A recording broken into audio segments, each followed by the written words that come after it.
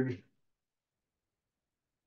All right, so for today, I had I feel like we're a little lucky. It's been a little bit of a cold winter, but in San Diego here, it's spring already. Like there's wildflowers, and so I was feeling like a little bit guilty because I know a lot of people are like still in the very wet, not quite spring-like condition. But everybody could use a little boost at this time of the year. I feel like February's for school year ebb and flow is like a pretty low tide time. So I'm here to share some positive energy.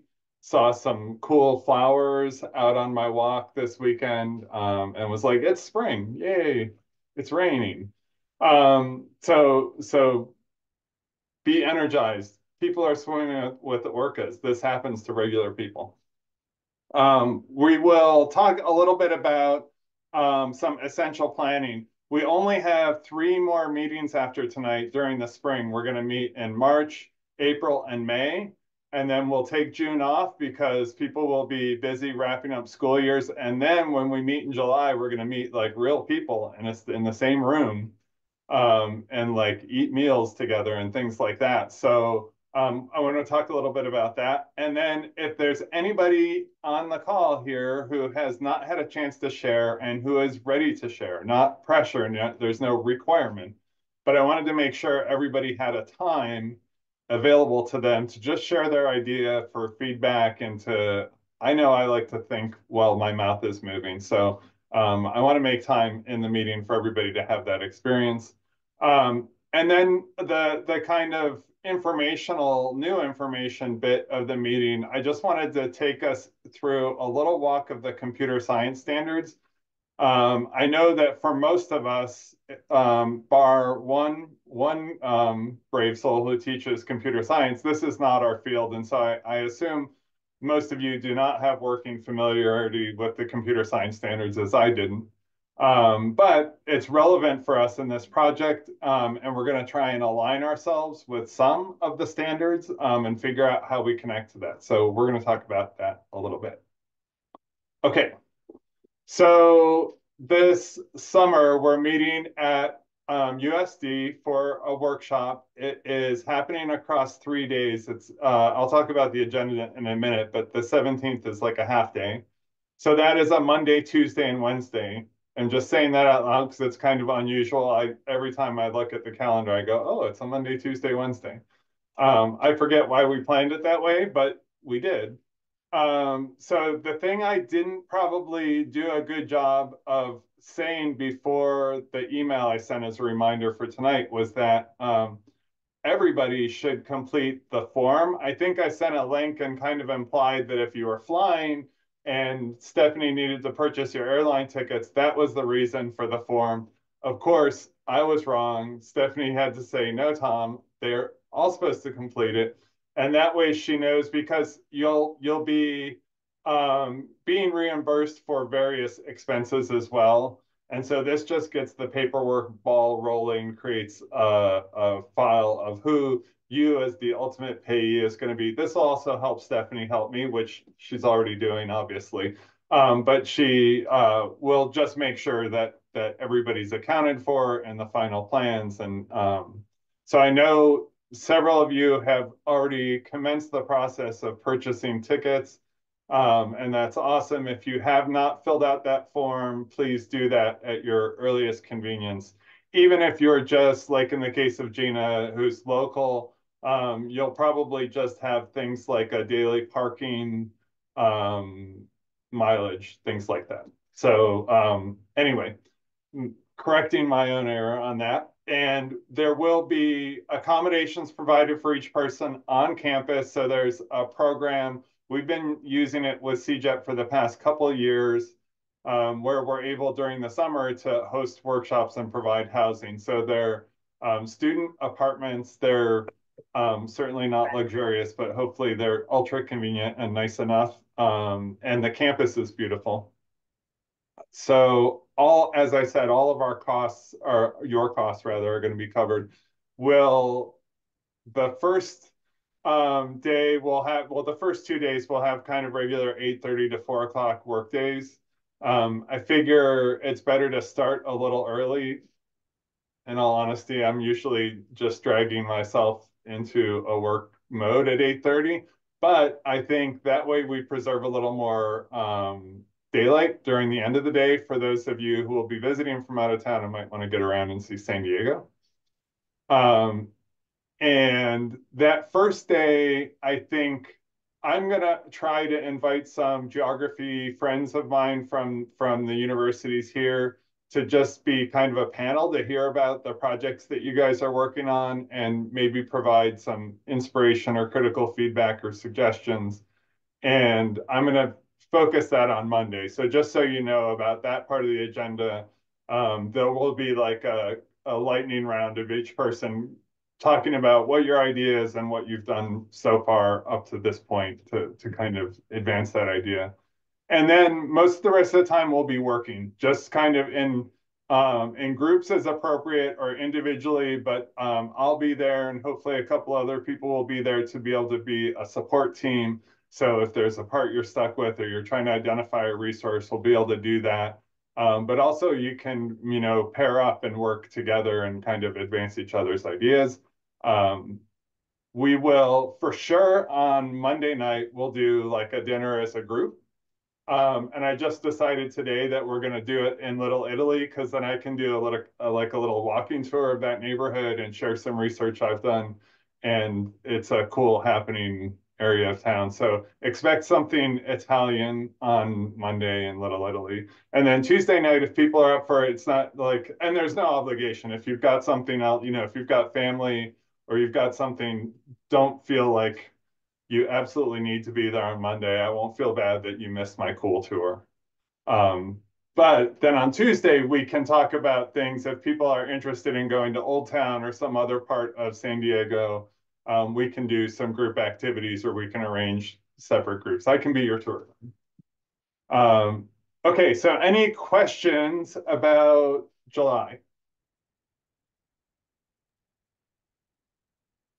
Can I ask a quick question, Tom? Please do, yes. Did you say that so we're purchasing our own airfare or is that done?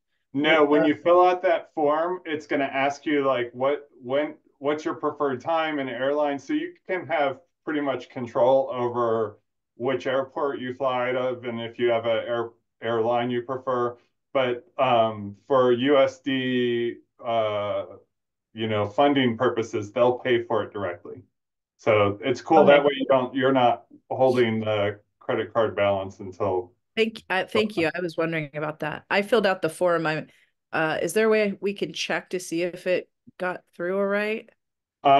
Yes, if you email me after the meeting, I can just double check with Stephanie. I probably have access to the link, but I don't have it open. So please do. If you haven't heard from her, if you filled it out and a couple days has gone by and you haven't heard from her, definitely follow up because that's probably a message didn't get through situation. Any other questions? So yeah, you shouldn't no out of pocket money unless you're driving your own car and it probably wants gas. But we'll pay for that later. Okay. Well, now, oops, there was a message in the chat. Yes, we do like Stephanie. She's excellent. I need this kind of help in my life so much. Um, so just a reminder, like, the big kind of main flow of this fellowship for each one of you is a self-guided journey.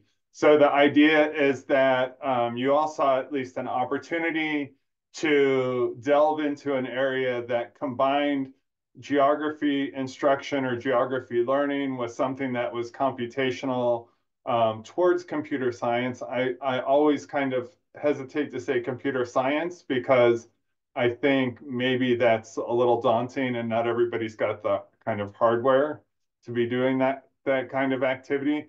And that's okay because there's a lot of things that build up to engaging with computers that students can build skills in, like data literacy and understanding variables and thinking about cause-effect relationships.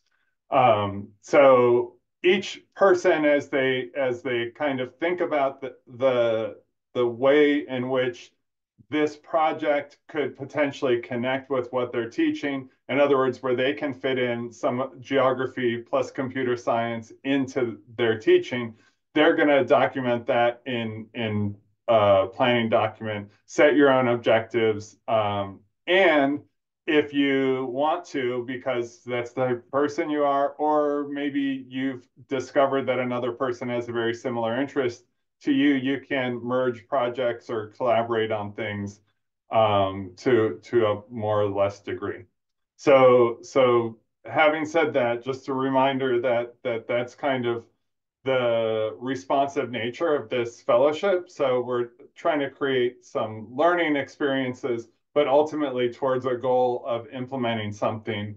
Not necessarily this school year at all. That's why we've got the gathering in the summer, and then in the 2024-25 school year, something's going to hit the ground, and students are going to have some experience at this intersection of computer science and geography.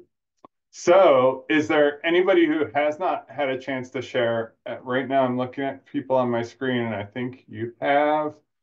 Um, but if you haven't had a chance to share, now is your time. I mean, I'll share. I don't really have anything like totally mapped out. I just kind of have an idea at this point. Perfect. I've been really kind of toying around because I'm also doing the Cambodia in Gorwat fellowship. So I'm actually thinking about doing like maybe something about Cambodian refugees to the United States and doing it in a story map for my ethnic studies class. That's about all I Very got though. cool. It, and I'm thinking that you might have local Cambodian Yes, populations that, right? So you can make connections. yes, yeah. Yeah, that I would be very actually, cool. one of our librarians, her um, brother-in-law survived the Cambodian genocide and came here. So That's hopefully we'll be able to incorporate maybe some of that, yeah, his stories. that's an excellent relatability relevance factor. So that sounds like a very cool thing. And I certainly think um I mean I've got a PhD in geography and you say Cambodia to me and I'm like, can I come up with three facts? Right? Mm-hmm. I don't think Americans Mm-hmm. have much knowledge No. of Cambodia other than its kind of role in a geopolitical narrative. Mm-hmm. Very vaguely. Yeah. So I mean that's exciting as well, I think. Yeah. Yeah. My issue's been kind of narrowing it down because I've always known it's like I'm gonna do something with Cambodia. And I was thinking kind of a story map, but I've got so much right now that I think I'm gonna go with the refugee to the United States because I think that will fit in better with my ethnic studies class. Yeah, it's also it's I mean I think it's something that's relatable to other people who won't they'll be like me learning about Cambodian, with a lot of gaps to fill, but the idea of an immigrant or a refugee Mm-hmm. experience will connect with other students from other parts of the world, I would imagine as well. Yeah. And I'm hoping to, at the beginning to kind of, tie in culture and some of the other as just kind of context and background. So Very cool. Yep, I love it. Okay. Thank you for sharing. Laura, any questions or comments about that? What that might look like or I have a question, and I wondered, Lara, if it is, are you going to do something that has to do with a comparison? Like, if you're looking at refugees, like, could it tie in a comparison of another country that, so we kind of, at least the way we're right now, so we have a world cultures class and then it's shifting into that ethnic studies class. So we actually do talk about, we have refugee stories from from various regions that we've looked at. We actually have one on just kind of as a whole Southeast Asia that we do and boat people and some of that stuff. I just was kind of wanted to bring in a little bit more of Cambodia specifically, um, and uh, and that, because we also do the Hmong, so we have the Hmong and the Hmong fleeing from the Vietnam War. So we kind of have some of those narratives in there. So I mean, I could probably include like at the beginning some maps to kind of give them, this is what's going on in the world at these different times and when people are leaving. Yeah, one idea I was thinking of just now is possibly combining like newspaper clippings from like Mm-hmm. how, so you could also talk about how it was portrayed and why Mm-hmm. maybe Americans wouldn't have come to know more. I mean, it's not like we were experts on Vietnam despite having conducted war campaigns in that country Mm-hmm. directly for more than a decade. But I'd say Cambodia is even more of a kind of gray area of knowledge, and so that kind of seeing the way in which it was talked about contemporarily might be interesting, and then tying it to places.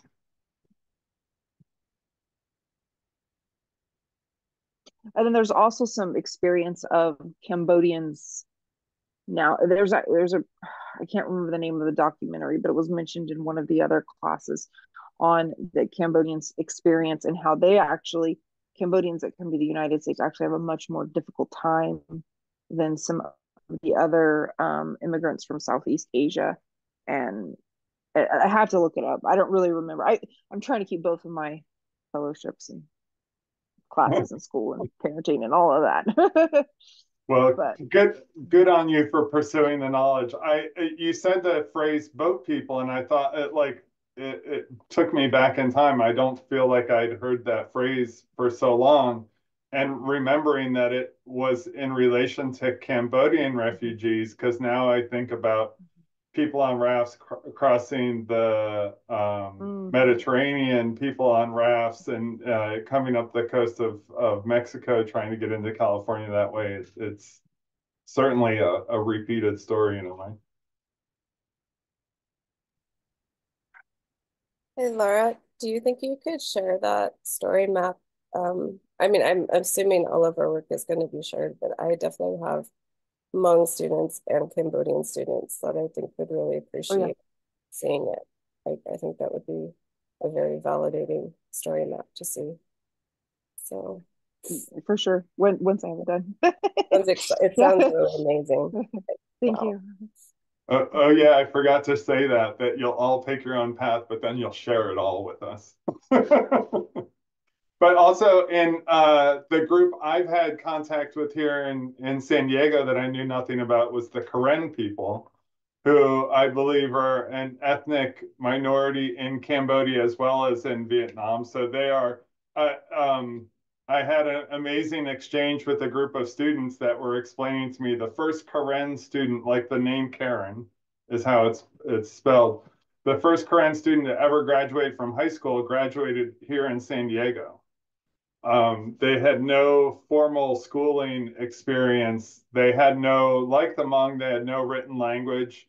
It was invented by a English language instructor who was trying to assist them in learning English and basically came up with a character set for their existing language. And it's fascinating for suddenly a whole group of people to become visible to you that you knew nothing about and didn't realize there was, this whole nuance.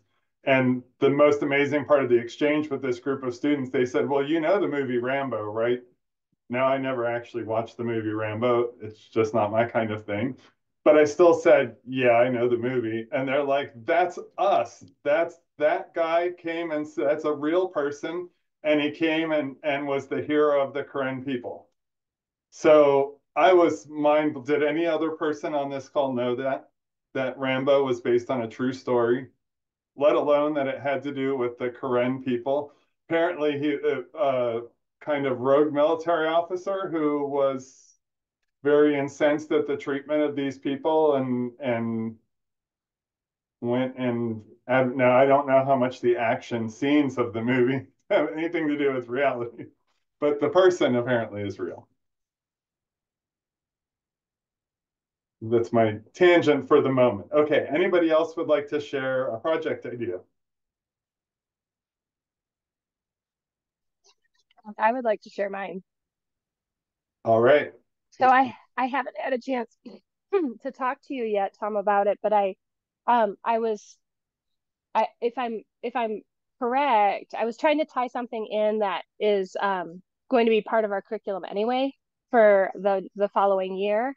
I if we're going to be working on it over the summer, then I'm looking for something that I will launch in fall. Is that correct? Yep.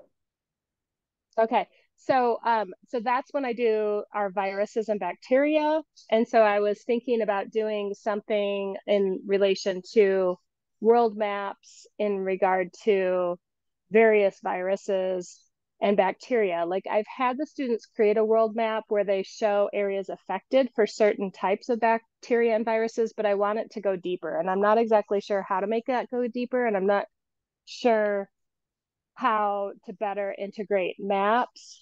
Maybe, but it's recognizing that just we look at the website for the World Health Organization, and we look at some of our top bacteria and viruses that are kind of like the in the red zone, like people need to be aware of. Right. But I also want you to know that part of teaching about that is always with hope. It's always with solutions. So I don't know how to integrate solutions into that. So that's kind of what I'm thinking about for my project. Well, so first I want to address the first part of that comment, which is it yes, I'm always looking to help you do the things you're already doing in the way you already want them to be done. I don't want the fellowship to be the impetus for you to invent something new and squeeze it um, in a way that you didn't necessarily think you were going to do last year. So excellent thinking on that. I said yes to fall. It's not essential that it's something you teach in fall. If it's a topic that comes up in spring, that's fine. If that's where you see the greatest opportunity. So I wanted to kind of dial back my answer on that part, but say yes to the focusing on things that you already do. So that idea, I think, is awesome because, first of all, the geographers do a lot of work on this. I have, a past colleague. He passed away a couple of years ago, but he was one of the leading figures in what they call the quantitative revolution in geography. So ironically, the thing that we're here talking about this intersection of computational thinking and geography, like in the 1960s, it was this breakthrough in like, what if we approach geography as a math problem? And we just get all of the variables on all of the locations we care about, and we start studying it like a math problem. And the one of the areas that he made huge breakthroughs on was on disease, studying disease characteristics and looking at like the vectors and the ways in which the disease was spreading to then give researchers better understanding of what the actual mechanisms might be and what effective prevention might look like. And if you think about the famous John Snow's map of where people were getting sick and that he realized they were clustered around a pump, and that maybe like they didn't have any idea about how water would make you sick, but he just eventually figured out like they're all drinking the same water out of the same pump. That's who's getting sick. So we should focus on the water, and then that leads to a big breakthrough, right? So in the same way, he was looking at the spatial characteristics of disease outbreaks and helping people to better understand, well, if it's happening this fast, we can rule out these things, or it's happening in this kind of seasonality, maybe these things are contributing. So it's super interesting. And then I also wonder whether you're considering maybe tying it into a climate change discussion, because that's certainly an area. Like if you think about our recent COVID experience, certainly this should be a highly relevant and important thing to find the hope, right? Because it's like, oh, that could really change some things really badly at an individual, but also at a collective level quite quickly. And what's our plan? And how do we prevent and detect and respond? And it's no mistake that the people who have led the way in the COVID response are all from the tropical disease unit of the CDC, like that guy, Dr. Peter Hotez, the one who's like not Fauci, but he's the one more associated with the vaccine development. He takes all this hatred because he promotes vaccines, but his whole thing has been tropical diseases. So things that they've been working on in Africa and Central America for a long time to try and reduce the death rate from common bacteria and viruses and just things that cause disease. And that's becoming more and more necessary as a part of the public health infrastructure in the United States. So I talked a bunch about your idea. Anybody else have ideas or questions?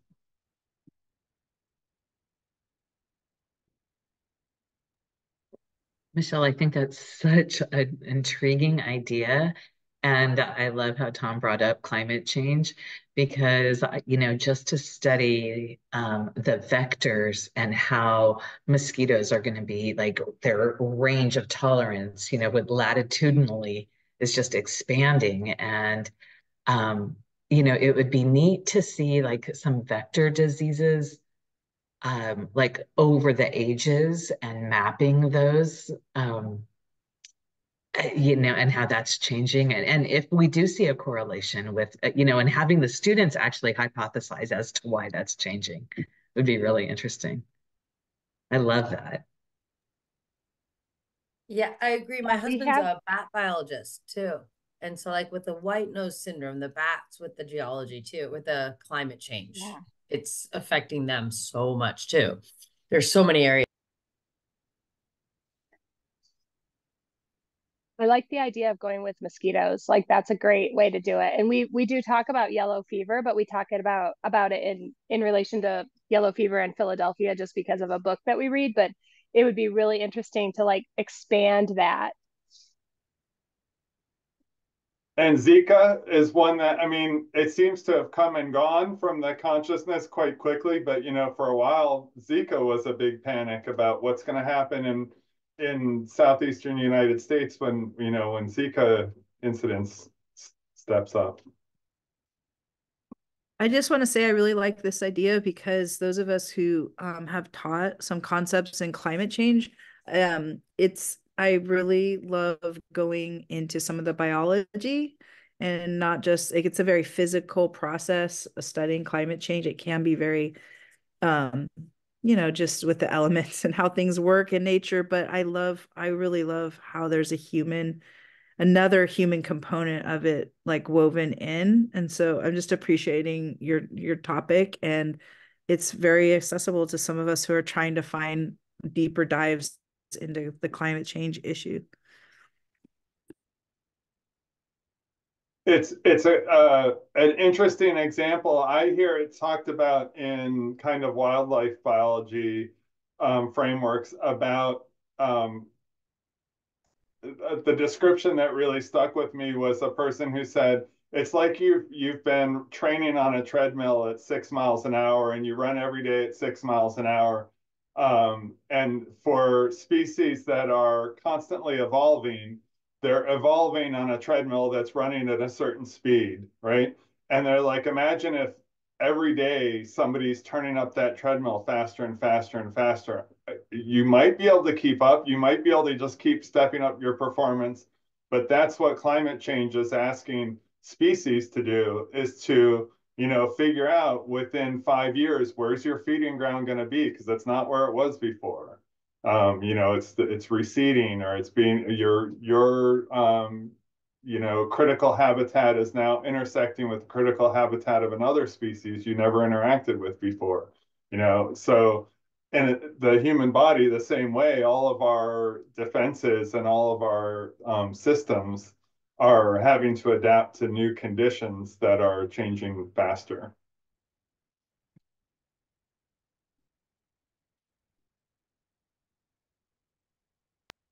That's brilliant. Yeah, is it the book Fever? Do you read?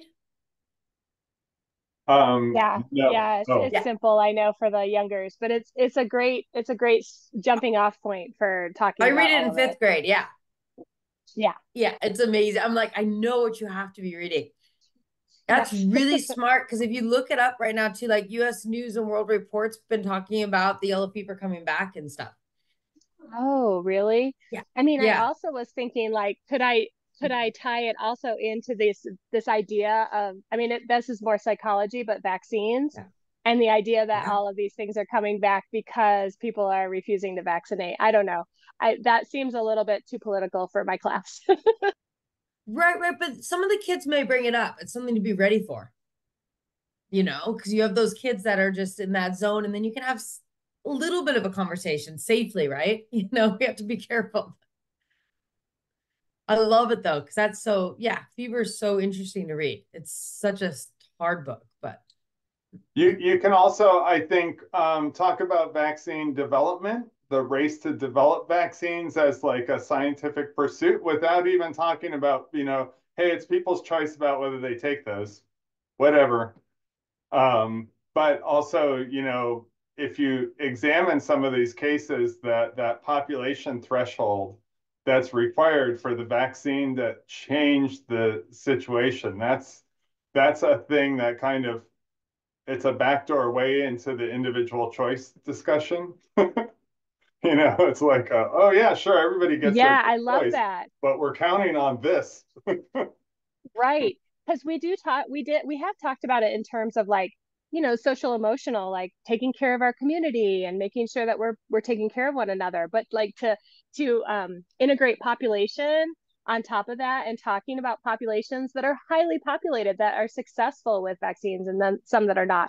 But again, it can get really political, and may be something that I just wait for students to Right. share instead of bringing it up, just because it's middle school. I mean, if it was high school or college level, maybe, but yeah. yeah, and I'm fifth grade and we do it. Yeah, but even just talking about the population, because they're so crammed in, that's part of it too, right? Is how the population has to live. And it's that closeness and that, lack of sewage and all that. And just, yeah, yeah. That's a fascinating idea. Because I'm torn right now with fifth grade. Like trying to find something, Tom. I'm just like, I've been looking at all these different things and I've been thinking about, like, I'm trying to find my notes right now, but I've been thinking about like tying it into like when they come over with the Europeans and stuff and the geography of what they find. Um, but I don't know. My curriculum's not fascinating enough. I'm like, No, so fifth grade is you're right. So fourth grade is California social correct. history, social science. Fifth grade, you're widening that to talk about the U.S. You do talk Correct. about the immigrant kind of experience quite a bit, correct? Right, right, right, right. And then we jump into the whole, of course, the government and everything. Like that's where we're at right now. So I'm just trying to figure out, like, it's only my third year in fifth grade, and a couple of them were COVID basically. So So it's my I first year really going through the whole curriculum. Yeah.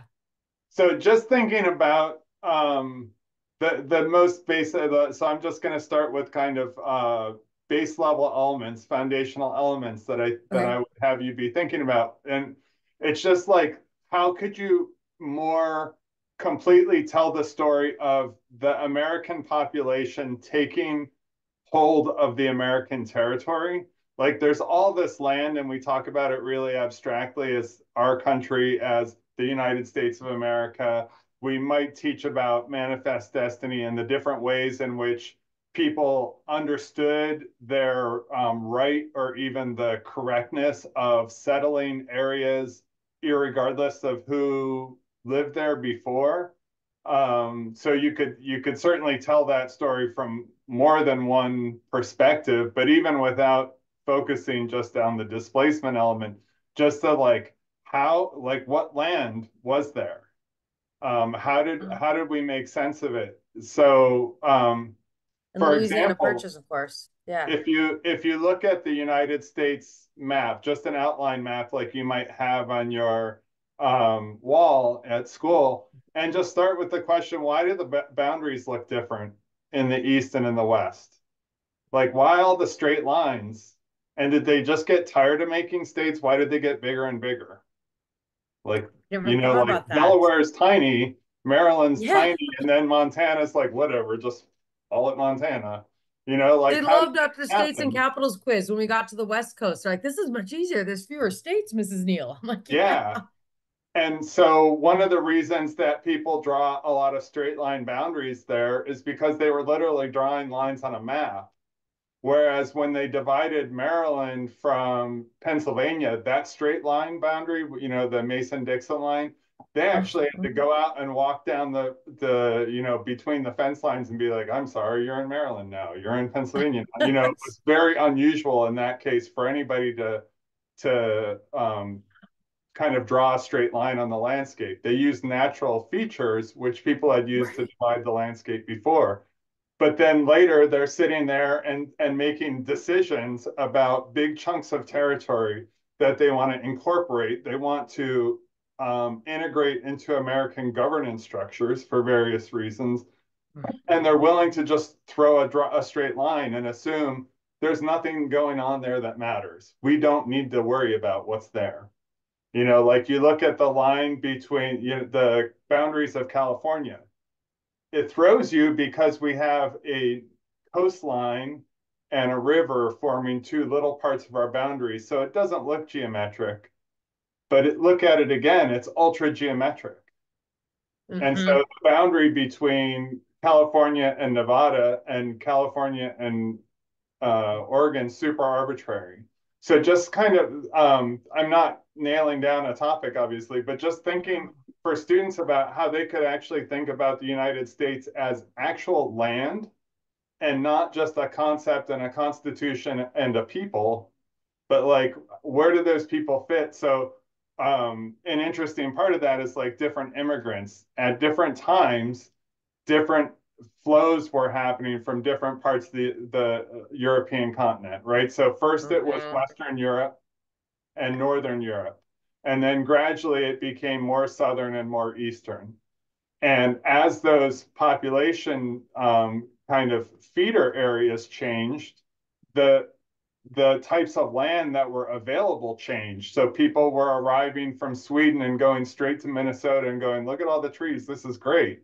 And other people were coming from Croatia and coming into a place like Arkansas and saying, oh, the mountains and the streams, this is good. So people were having different pieces of America made available at different times, and they were fundamentally different people. So just, kind of thinking about some of that and maybe like specifying it. I don't want to apply the Cambodian story map concept too directly, but even thinking about like some comparative stories about different immigrants and their specific origins and destinations. Like I had a case in my family where we had a kind of story we laughed off about one of my, I think, paternal great great grandfather. There might be another great in there. And he built all these churches, and we kind of knew that he built churches. And the story we were told is that he came off the boat and he had this wheelbarrow and tools, and that made him a hot commodity. And he just walked from the port and found a job and built a building, and walked and found a job and built a building. And he ended up in Toledo. And we were like, this is remarkable. We have to find the trail of churches and civic buildings he built from New York or Baltimore to Toledo. No, he got off the boat in Cleveland, it turned out. Nobody thought about that possibility that, yeah, he went to New York on a boat and then got on another boat, took him through the St. Lawrence into Cleveland. That's where he got off the boat. Yeah. So like it was still, 50 miles with the wheelbarrow and all, but it wasn't quite what we thought. So just that getting that story so that kids could recognize the difference. But that thing about the boundaries, that's one of the first things anybody ever explained to me about geocomputation. Just well, does the shape of the boundary relate to the age? Does the shape of the boundary relate to other characteristics? Like the person drawing the boundary isn't a resident. so that social distance makes them more likely. And then when the kids are studying about the European colonization of Africa later, they'll look at the map and they'll go, oh, duh, that's where these countries come from. These are made up by Europeans for their I own love it. convenience. Those These aren't real external. countries at all. And similarly, our states that people make a lot of difference, like California's like this, and you know, Arkansas is like that. Well, they're made up. They're Yeah. just lines that people drew Arbitrary. on a map and then agreed to use the term. So that's what if some kind of way of having students deal more specifically. Oh, I Um, can go from there. Yeah. element. I can help more with. Especially my group. I have a very inquisitive group, a very fascinating, like who knows where they'll take it. This is the talk out loud to make the ideas flow part of it. Which I do with my fifth graders too. Excellent. I find that I had ideas I didn't know I had once I start talking. Maybe you've noticed it. Yes. Thank you. Because I've been just lost and just going, oh my gosh, I don't know enough in fifth grade. I shouldn't have done this. And And got anybody worried. else have a fifth grade inspirational idea? I mean, we've all Renee, been I to don't fifth know grade. if you have used the CS+Geo inquiries. I put 2 links in the chat for you.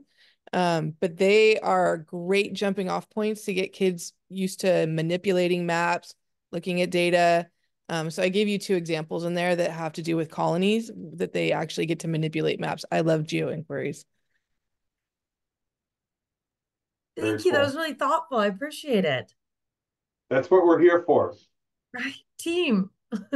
Ideation and resource sharing. Okay, anybody else want a little time to talk about a project idea? I think we've all talked about a project idea. But if you haven't, you can always contact me directly. Like I said, you didn't need to share out loud, but in July, you'll need to have a project idea because we'll all be like leaning over and wanting to know. So do think about that. And do kind of keep up with the document. You should have access to a document just for you and over time, I might put some new prompts on there. I'll tell you when I do that. But like, for example, talking about the computer science standards, I thought, okay, we need to, if we have this conversation, people need to kind of notate in their project plan which standards they think are most relevant. So that's to be added to the planning document. Okay, see me putting pauses in here for questions. Any questions about projects, about document access, about why Tom can't remember to put Haley on the email list? Whoever is making sure Haley gets this message, you're doing a great job. That's probably you, Gina. Okay, well, I'm moving on. So I got an email from my contact with subject matter projects, which reminded me because the questions he asked were like very specific, and I was like, "Huh, funny. That's not what we've been talking about in our group that much."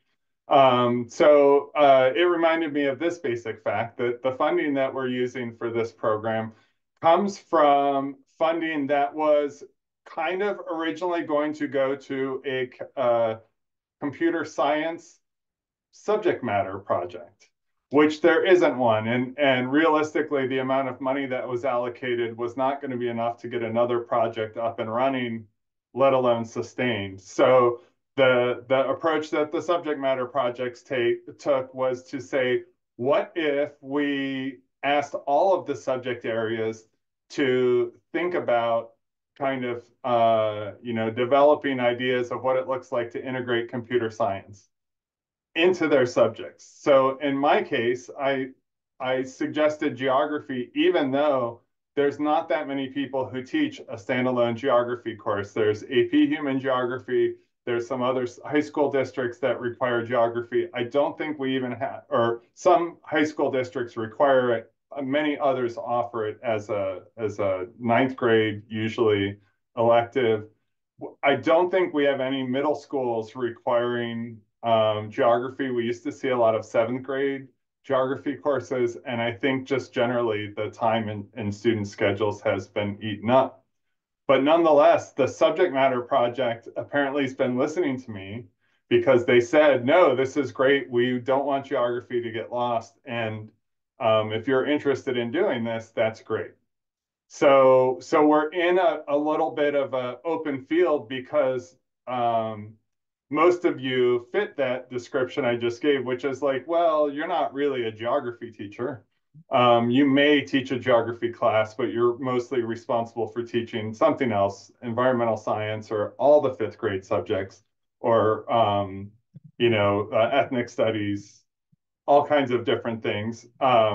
So this is intended to be an orientation to just get us talking about what the computer science framework and standards look like and to start thinking about where we fit in. And the good news is, even though this probably isn't that familiar to most of us, I think we're going to find lots of kind of points of connection. And you're going to find that the language is a little different because of the frequency with which the word computer is used, but it's actually a lot of concepts that are central to education. So I'm looking mostly, and I put a link in, I guess this slide probably links to the standards document if you don't have it. The standards were adopted in 2018. They were actually written in 2017. So they're not terribly old as standards go. One thing I thought that was interesting in the introduction and pertinent to our approach with the subject matter project is there's actually two sections on equity before you even get to any of the content area discussion or kind of categorization. And so this kind of paragraph talking about equity is not just about the availability of computer science classes.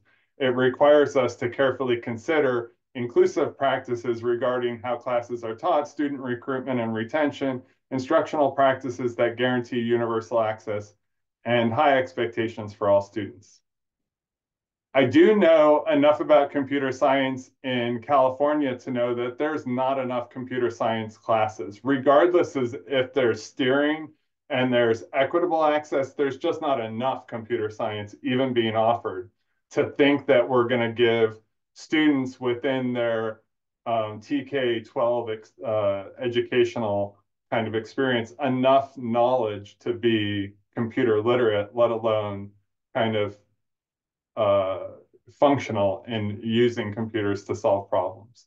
So I think what we're doing is an essential stopgap to help education catch up with the need that's been generated by essentially computer technology infiltrating everything in our society. If you think about just in your everyday life, the number of things that aren't assisted or facilitated by computer technology is actually pretty low. Like if you have a pet care, I would say is mostly not computer facilitated unless you have a robot that plays with your dog. Like other human care types of things. But so much of our transportation, so much of our communication, so much of the ways in which our like living environments are managed is kind of facilitated by computer technology. And so students in their educational experience shouldn't be encountering computer science really as a separate subject, even though that might be essential to advancing their skills, but they should be experiencing it as part of the way knowledge is being produced in all of the subjects. Like arts are increasingly digitized in their kind of production, their consumption, their management, their presentation to audiences. Certainly things like engineering and design are kind of mediated by computer technologies. So almost everything we're doing is computerized, and students need to kind of get that combination effect of when they're learning about something, they can perhaps learn about it in a more customized or a more accelerated or a more relevant way by using computers to assist them, not just by having computers as one more thing they need to learn about, but as kind of converting the computer to a tool that helps them to collect knowledge that's relevant to them, to solve problems, to communicate messages that are important to them, all of that kind of stuff. So I'm sold after looking at this that what CSMP proposed was actually quite sensible for the goals of the standards themselves. In the standards document, the kind of four things besides equity that I thought we should talk about is the way kind of the skills and the knowledge of computer science are divided up. I would say what we typically call skills, they're using the term practices. So there's a list of core practices, and then there's a list of core concepts and sub-concepts that are really the knowledge base, like what's the content of computer science. And in this document, also there in the appendix, there's quite a bit of information looking at interdisciplinary connections. So the document itself does anticipate that kind of cross-disciplinary integration and the fact that computer science might be taught in other classes that aren't computer science courses. So this page, this is what I just blew it up to make it more legible, but this is from page 12 of the document. And I looked at this over and over and says, why are they saying 4 C's and then it's 1 through 7? I can't fully answer that because it doesn't totally make sense to me. But the 4 C's are collaboration, critical thinking, creativity, and communication. None of them were computer. I was so happy at this point that there were 4 C's and one of them wasn't computation or computer. I was pretty excited because this is my type of language, right? It's about people coming together to figure out what needs to get done and what can they do. It's about thinking about why is it this way and how could it be different? And it's being creative in how you bring about solutions and communicating to other people what you're trying to do so that they can help or they can tell you, wait, stop, that's not the right solution. You failed to account for something, right? So this is, if computer science is building around those 4 C's, I think we all are building around those 4 C's. That's great, right? So the practices start sounding a little bit more like computer people talking. For lack of a better term, I'll call them computer people. So, we start again with a core practice being equity. And an inclusive computing culture, which basically means talk to everybody. I mean, this is my interpretation, but talk to everybody about it. Assume everybody has an equal need or a benefit from it and should face limited barriers to participating or to accessing the benefits that computing offer human beings. So we can go through these and talk about, again, collaboration, problem solving, critical thinking. Those top line things are basic communication, educational terms. And then the second line of text that's not in bold, recognizing and defining computational problems. We look at core practice number 3. That's something I think we've all been doing in the way we've been kind of conceptualizing our projects, thinking about not just a computational problem in terms of how to get a computer to do something for us, but a computational problem being how to compute the information that's available to us about the world or about the phenomena that we're interested in. It's not about computers at all because we own a computer inside our skull. Right? It's about using that computer first to start thinking about categories of information, types of variables, sources of information, scales of analysis, and start thinking about what the nature of the problems are that matter to us and how can you break those down into something that you can analyze using the data sources that are available to you. So I think you can use a computational problem approach to deconstructing a narrative of a famous person that you've always admired that you read their biography, right? You can even say that the author of a biography chooses to do that in terms of separating and naming chapters in a biography. That's a computational problem to making this person's life understandable.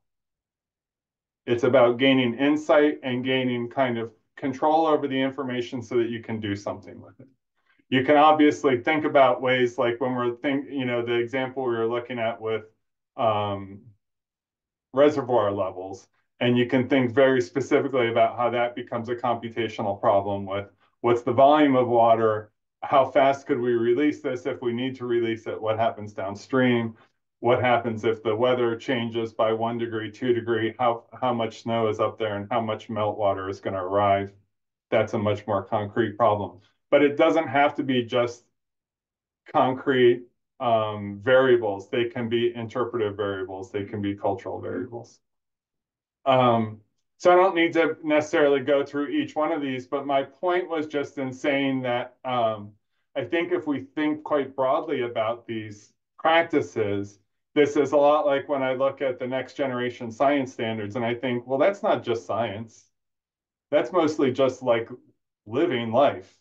It is something that scientists do very consciously and carefully, but a lot of those cross-cutting concepts and practices that are called out in the next generation science standards are things that people do when they're not science. Similarly, I think these are a lot of things that people do a lot of times when they're not computing. Okay, so there's core practices. That's what we're trying to get students to be able to do and to be kind of focusing on when they're computing and when they're doing their computational analysis. What you're looking at now is the content. So I just pulled out the core concepts and the sub-concepts. On the next slide, I have another link to a progression, which actually lists out all of the individual standards under each of these sub-concepts. But the big picture here of these 5 core concepts having, 2 to whatever 5 sub-concepts. If you look at these and think about where do our projects fit in, I'll just give you a kind of minute to soak in the words there and see if anybody has some initial thoughts based on your own project or what you've heard other people discuss about where might we fit in to this schema.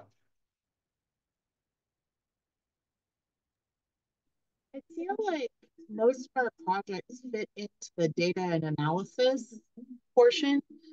The last couple of summers, I was able to take some classes on computer science to get a supplemental credential in computer science. And a lot of these other things, from what I understand from the program, was they're very computer science-y stuff.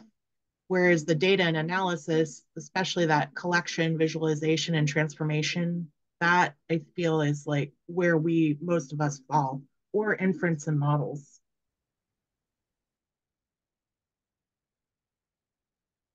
Do other people agree with that? Thank you, Jen.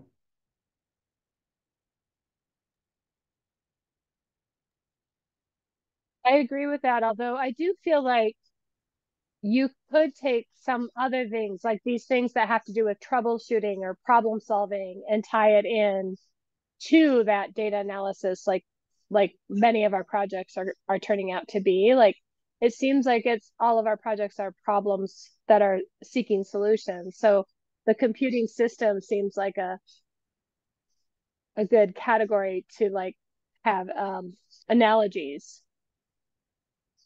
tying. I totally agree with you on analyzing the words. I do know from the standards that they're really thinking about troubleshooting more in the like fixing your algorithms to run. Or as I say here in my office, did you turn that off and on again? Try that. That kind of troubleshooting. But absolutely for anybody, I know especially for beginning computer users, a lot of times just getting the answers you want requires some troubleshooting. Even something as simple as like learning how to do better searches on the internet can be troubleshooting. Anybody see any other connections or things there? You know, the more I look at this too, and thinking about the impacts of computing, that could certainly tie into some of our projects as well, if we're tying it into the technology aspect of our topics. So, like Michelle, you were talking about the viruses and bacteria. If you're thinking about technology and how that impacts those kinds of things, that could tie into the impacts of computing as well.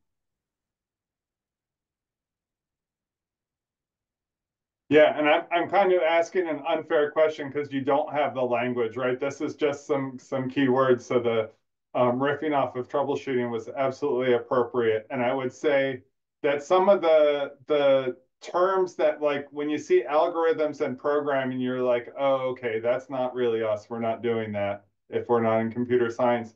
But then you start thinking about variables. All of our projects are looking at variables.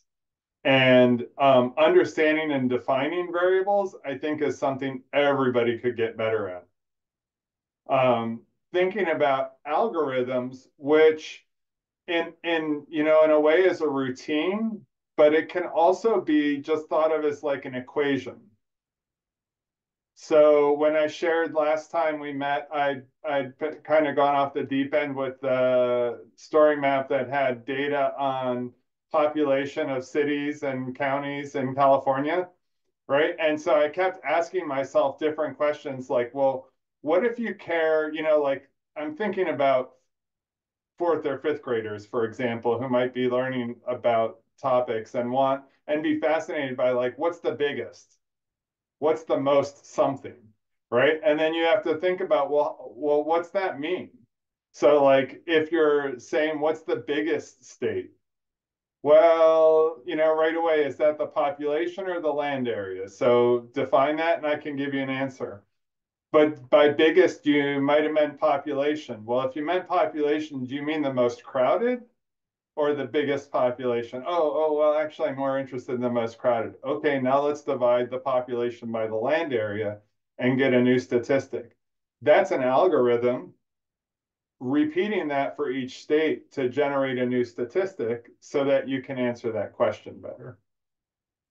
So I think I totally agree with where Jen started off. This is like our sweet spot is in the data and analysis and the building questions and assembling bits of data that we can use to analyze, to summarize, to classify, and then to come up with new insights and new, not only applying existing models and making inferences based on those models, but maybe even creating our own models to test with new information.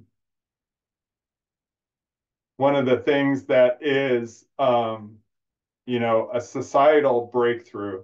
So I feel like students should know that computers are like a multiplier effect.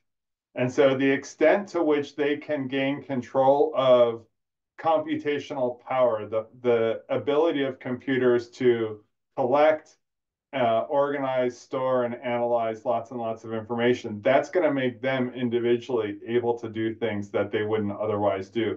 Just the way that if somebody becomes a top level musician who can do things with a certain instrument, that gives them the ability to produce music and feelings and things that are far beyond just the mechanical playing of the instrument. Similarly, computational skills are going to make possible something bigger than what an individual person can really do on their own. And I think that to me, that the more I thought about it, I kind of came to that bottom line about the impacts of computing and thought maybe that's also very central to what we're maybe all trying to tap into is the fact that computing can give us access to information like the story maps. And I've tried to emphasize this, although I wasn't using these terms, but just the use of geospatial technology to transport us, to help us look at things. Like to just pull up Google Earth and be like, so what's it look like if I fly over this area? Like, what's it look like? Where is this related to something else? Those kinds of things, I think, really change our understanding of who we are in the world. The way that first picture of the Earth taken from outer space, and people went, "Whoa, that's where we live." Like, computing as a capacity gives us the ability to kind of roam and monitor the Earth in ways we never could. And then when you get to those things about social interactions and safety and law and ethics, it gives you the opportunity to advocate and to monitor in ways you never could. Thinking about, I'm pretty sure I've shared with you the Callan virus screen, uh, the ability to do a neighborhood level analysis for potential environmental justice issues. Well, the fact that people can pull that data up on their home computer browser and do an analysis that, like, they would have had to have Aaron Brockovich doing, intensive detective work to come up with that data before. And you could be like, oh no, I did it last night while you were watching that TV show and I was on my computer. That's what I was doing. I was doing an environmental justice scan of our local community, right? So that changes not only ethics, but it changes like civic connection, civic potential. So, okay. I mentioned that this is something that's linked, and I've got it in our folder. If you click on this, it would take you directly to the Excel spreadsheet, which has all of the individual standards arranged under the concepts and subconcepts, and even the practices. Those 7 practices are kind of seen as progressively being developed across these grade bands. I don't know in this, I have not been able to answer the question of what this specialty means. Is this for career technical education, or is this why there's this specialty column outside the grade bands? Anybody knows that, feel free to enlighten me. So anyway, you can dig in much more deeply, probably more deeply than you had planned to, on the computer science standards if you get a sense that one of those headings is a place where you're touching on or it's relevant to the way you're going to engage your students, then you could check this language to see if that holds true. Just looking again, like at my own kind of initial analysis, all of these places are places where I thought we've already talked about something that connects. And there's even some areas that I haven't lit up green that I'm sure we've covered. But certainly the fact that these data sets are stored in publicly accessible repositories, I think is something we shouldn't take for granted. It's a big deal. Oh, okay, AP might be for like AP classes too. I mean, they say specialty, I'm like, oh, probably I want that. Sounds good, Okay, so we'll definitely be talking about this again in July.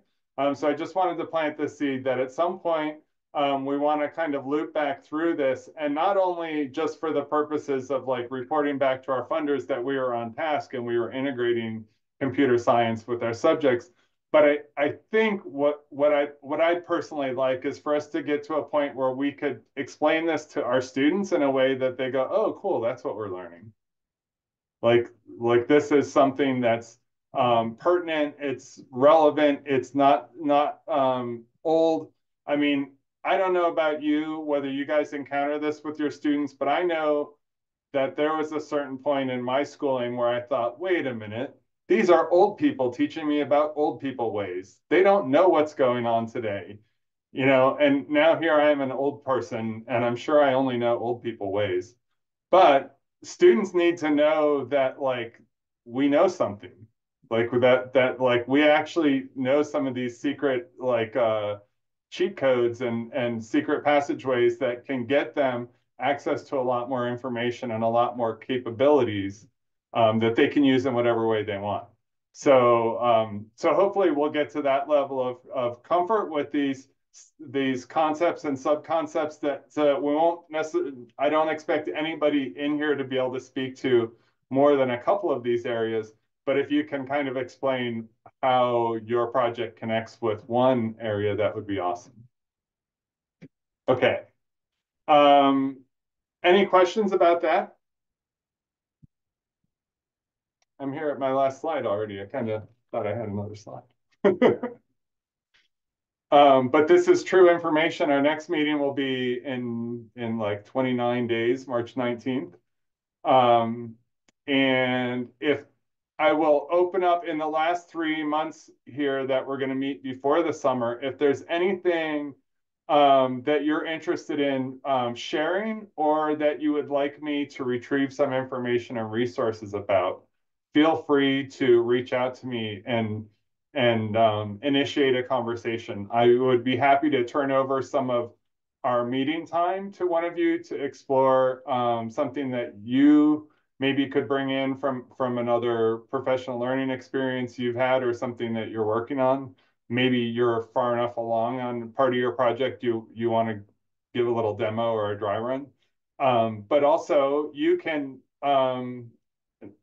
give me an assignment, tell me that like, hey, it would be helpful if you worked for me for a half hour and did something to see if you can find a resource or think about how to approach this part of my project. So please not only guide your own journey, but if you have an idea, something that you think might be of interest to some other of your fellow travelers in the group, bring that up to me, and I'm more than happy to integrate those ideas.